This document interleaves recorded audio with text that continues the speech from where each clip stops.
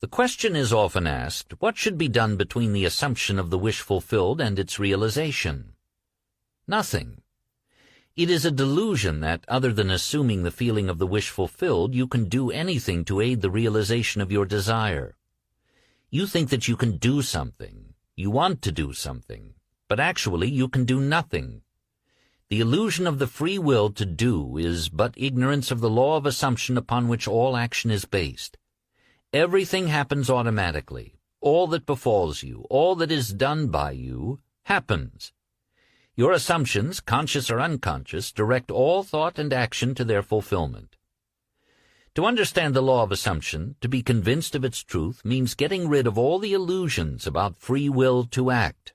Free will actually means freedom to select any idea you desire. By assuming the idea already to be a fact, it is converted into reality. Beyond that, free will ends and everything happens in harmony with the concept assumed. I can of mine own self do nothing, because I seek not mine own will, but the will of the Father which hath sent me. In this quotation, the Father obviously refers to God.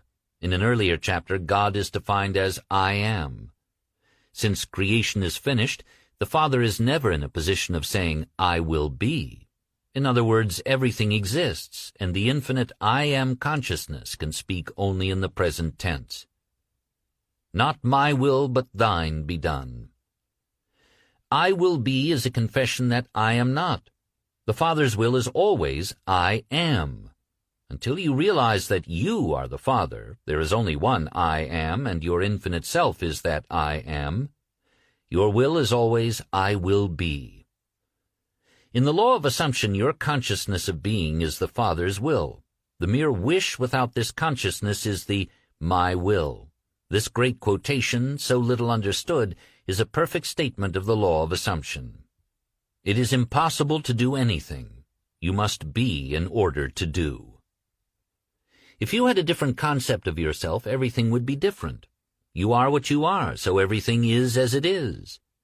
The events which you observe are determined by the concept you have of yourself. If you change your concept of yourself, the events ahead of you in time are altered. But, thus altered, they form again a deterministic sequence starting from the moment of this changed concept. You are a being with powers of intervention which enable you, by a change of consciousness, to alter the course of observed events, in fact, to change your future. Deny the evidence of the senses and assume the feeling of the wish fulfilled. Inasmuch as your assumption is creative and forms an atmosphere, your assumption, if it be a noble one, increases your assurance and helps you to reach a higher level of being. If, on the other hand, your assumption be an unlovely one, it hinders you and makes your downward way swifter. Just as the lovely assumptions create a harmonious atmosphere, so the hard and bitter feelings create a hard and bitter atmosphere. Whatsoever things are pure, just, lovely, of good report, think on these things. This means to make your assumptions the highest, noblest, happiest concepts. There is no better time to start than now. The present moment is always the most opportune in which to eliminate all unlovely assumptions and to concentrate only on the good. As well as yourself, claim for others their divine inheritance. See only their good and the good in them. Stir the highest in others to confidence and self-assertion by your sincere assumption of their good, and you will be their prophet and their healer, for an inevitable fulfillment awaits all sustained assumptions. You win by assumption what you can never win by force.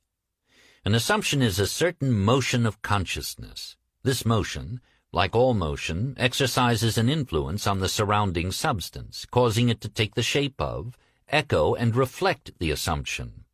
A change of fortune is a new direction and outlook, merely a change in arrangement of the same mind substance, consciousness. If you would change your life, you must begin at the very source with your own basic concept of self. Outer change, becoming part of organizations, political bodies, religious bodies, is not enough. The cause goes deeper. The essential change must take place in yourself, in your own concept of self.